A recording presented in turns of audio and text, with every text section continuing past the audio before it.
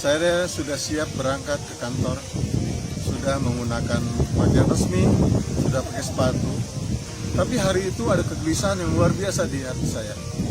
Duk, duk, duk, yang susah untuk saya hilangkan.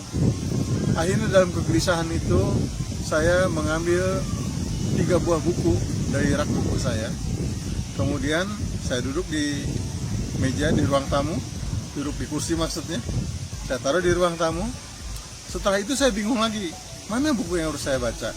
Akhirnya saya ambil sebuah buku yang berjudul 1100 Sinar Terpilih Ajaran Muhammad.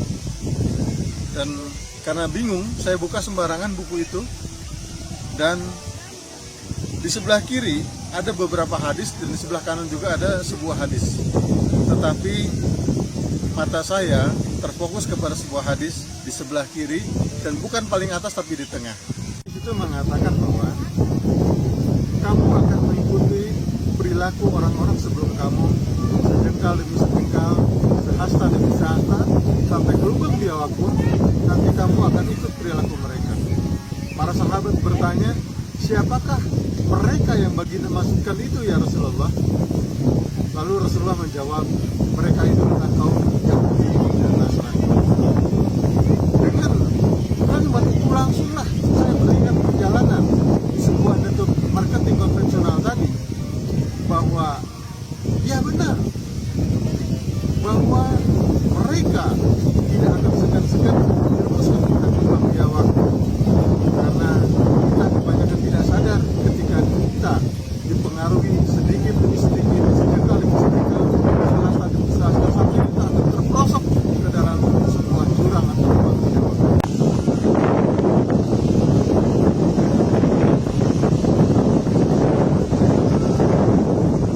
Hari ini saya akhirnya tidak jadi berangkat. Saya kemudian melakukan apa yang tadi saya baca. Saya kemudian menuliskan ada sebuah dan 5 hal yang positif dari network marketing konvensional yang waktu itu saya ikuti.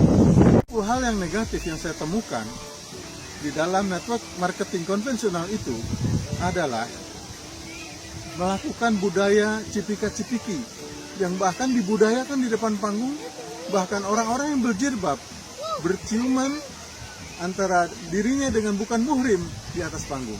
Yang kedua, musik hingar-bingar yang mereka tontonkan membuat mereka semua bergoyang-goyang dengan jilbabnya. Yang ketiga, produknya ternyata baru saya sadar bahwa produk mereka itu pertama belum punya sertifikat halal. Dan yang kedua, saya baru menyadari bahwa mouthwash mereka itu mengandung 8% alkohol. Yang mereka senantiasa ketika kita utarakan hal ini, mereka mengatakan bahwa kita tidak boleh berpikir negatif. Nah, di sini saya menemukan juga hal yang negatif yang keempat. Tadi bagaimana kita didorong untuk berpikir positif, tetapi didorong berpikir positif untuk hal yang negatif. Hari itu saya menyadari bahwa ternyata berpikir positif yang sejati, berpikir positif yang sesungguhnya adalah mengatakan bahwa yang benar adalah benar, yang salah ada yang salah. Tetapi apabila kita menyatakan bahwa yang benar adalah salah, yang salah adalah benar, berarti sesungguhnya itu adalah pola pikir negatif. Kemudian sistemnya akan mendorong orang-orang yang miskin makin miskin, orang yang kaya makin kaya. Ya. Di sana juga didorong agar semua orang melakukan sesuatu yang melupakan ibadah. Kenapa? Mereka membuat acara-acara waktu sholat kita, sehingga ketika mereka akan meninggalkan lokasi acara, mereka sayang, ini acara ini penting. Bahwa meeting yang paling penting adalah meeting yang tidak dihadiri. Jadi mereka merasa sangat rugi kalau tidak menghadiri satu acara, tidak menghadiri satu sesi tertentu, sehingga akhirnya sholat nanti saja, bisa belakangan. Ini hal-hal seperti inilah yang membuat hari itu saya menolak untuk melanjutkan usaha di situ Dan hari itu juga saya memutuskan untuk membuat network marketing sendiri yang berjalan sesuai dengan syariat Islam. Apa yang membuat saya memutuskan untuk membuat network marketing syariah? Tadi saya bilang ada 5 hal yang positif. Nah, sebetulnya 5 hal yang positif ini ada yang berasal dari yang negatif tadi. Jadi mereka membrainwash kita untuk berpikir positif terhadap hal yang negatif. Nah, bayangkan, yang negatif saja bisa didorong untuk menjadi positif. Sekarang, apa jadinya apabila kita bisa menuangkan Al-Quran dan Sunnah Rasulullah untuk menjadi kekuatan dari usaha yang kita lakukan.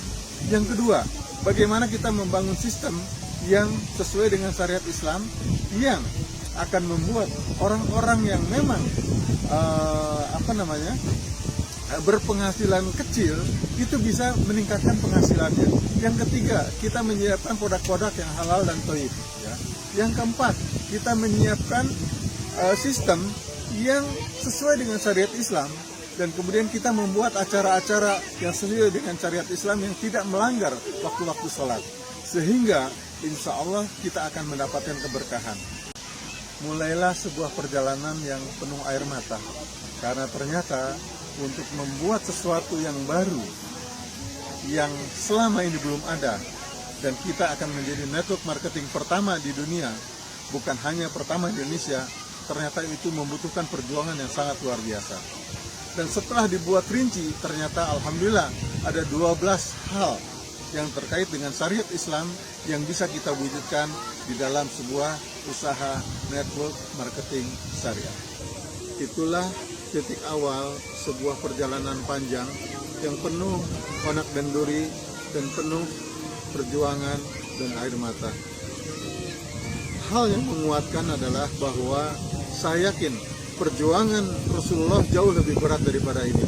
Saya hanya dicemooh, saya hanya ditertawakan oleh orang-orang, tetapi saya yakin karena apa yang saya lakukan adalah untuk membangun perekonomian umat, untuk membangun kesejahteraan umat, bahwa umat Islam harus menjadi umat yang tinggi dan tiada yang melebihi tingginya daripada umat Islam.